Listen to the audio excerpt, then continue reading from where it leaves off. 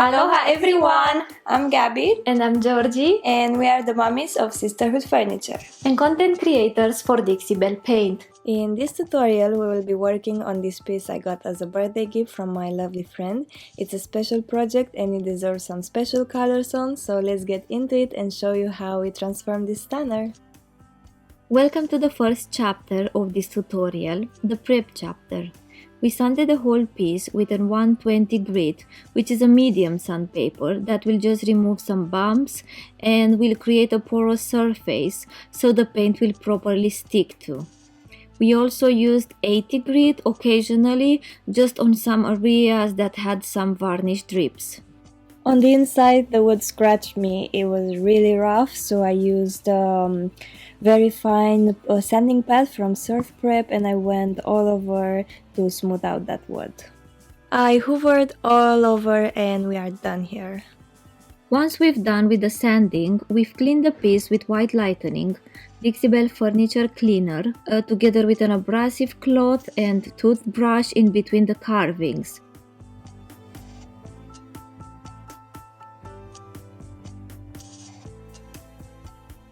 A proper cleaning, it's a must before painting any piece, always, no excuses. I rinsed the piece twice only with water to get rid of any leftover solution or dirt. We left the piece in the sun to dry for a few good hours as it's still summer but not for long, unfortunately. Once it has dried, it was time to paint and we started with Mermaid Tail, which is one of our favorite colors. We both share a big love for this one. We use synthetic brushes from Dixie Belle, but however we will list every product used in the tutorial description. We just pick up a small amount of paint at a time and kept the water mist sprayer close to keep the paint damp so it will be easy to move it around. Once we got at the bottom of the piece, we did a blending and did you just saw we are going to leave only one color on this beauty? No, we are going to do blending with Bunker Hill Blue. We used different synthetic brushes and we just applied it without worrying about the blending at this point. This coat will only help us to visualize where the colors will be placed on the second coat.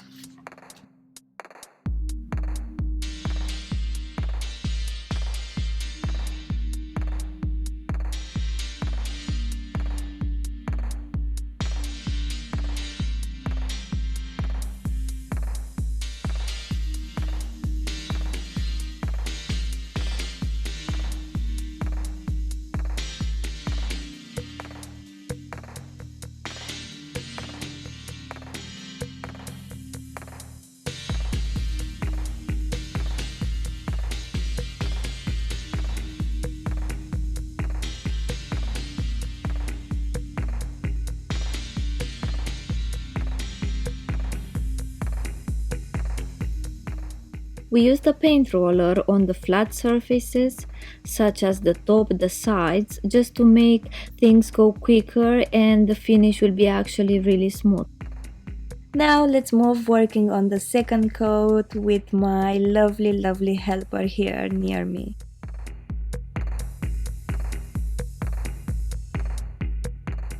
So I kept applying Mermaid Tail until I get to the Bunker Hill Blue area, overlaying it a bit. I applied the Bunker Hill Blue and I started to blend them. I first applied it on the bottom and then as I was going up on the piece, obviously I had less paint on the brush. And this will just make the blending between the two colors easier and just seamless. I switched to a clean brush and I started to blend the line in between the colors using up and down and just side motion, and I kept doing that until I just like it.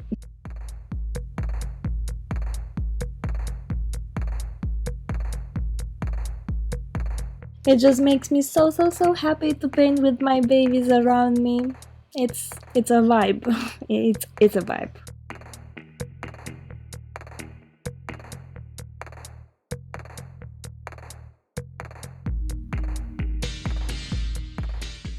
As we finish, we let the whole piece dry for about 2 hours. Once the paint was dry, we apply clear wax all over the piece with a pastel brush using circular motions. The next step is applying black wax, so the clear one underneath will help us have more control over the black wax. We let the wax set for 15-20 minutes and then we buff off the excess with a piece of cloth. Now black wax all over the piece. This took us so long actually, as this is a lot of wood here.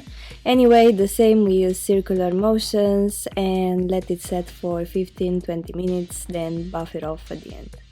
The next step is applying lots of colors in between the carvings. That's why I applied the black wax now, so I won't darken up those bright bold colors.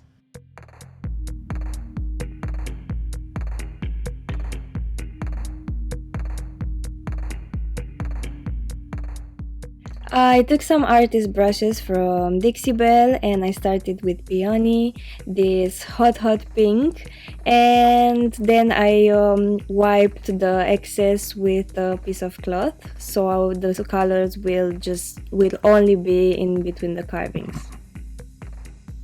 I introduced some Lucky Lavender and also some Amethyst here and there.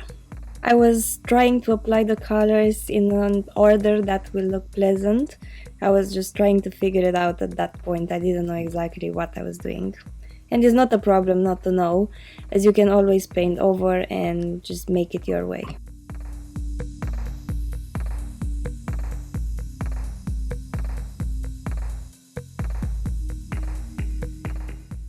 I added some flamingo as well. Those colors together look so pretty. I'm just in love. Delicious.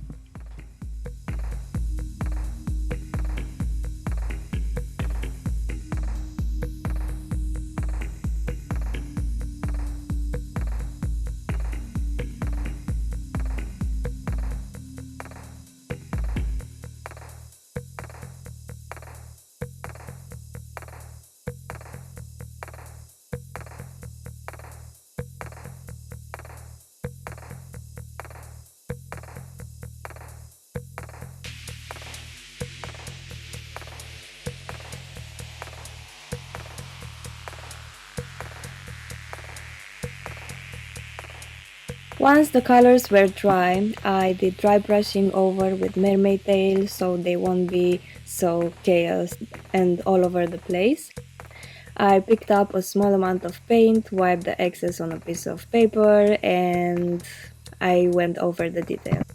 On the edges, I also did some dry brushing, but with all these colors overlaid. This is such a magical touch and it completes the whole look so good.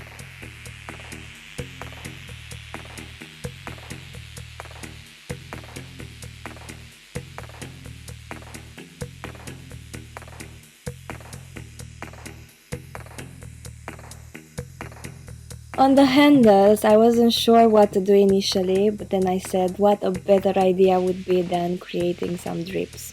So I damped the area around the handle, I applied the paint, damped it more, and then I tapped with my fingers on the harsh edges to fade them, and I did the same with the rest of the colors.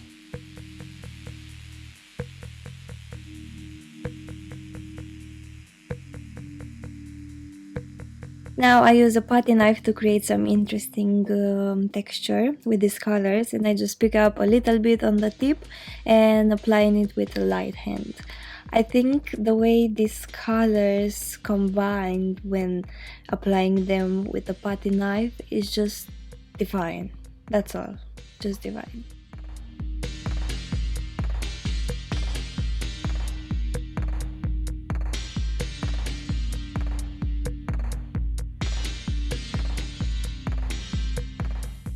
I sealed the whole piece with 3 coats of flat clear coat, but we did this the following week.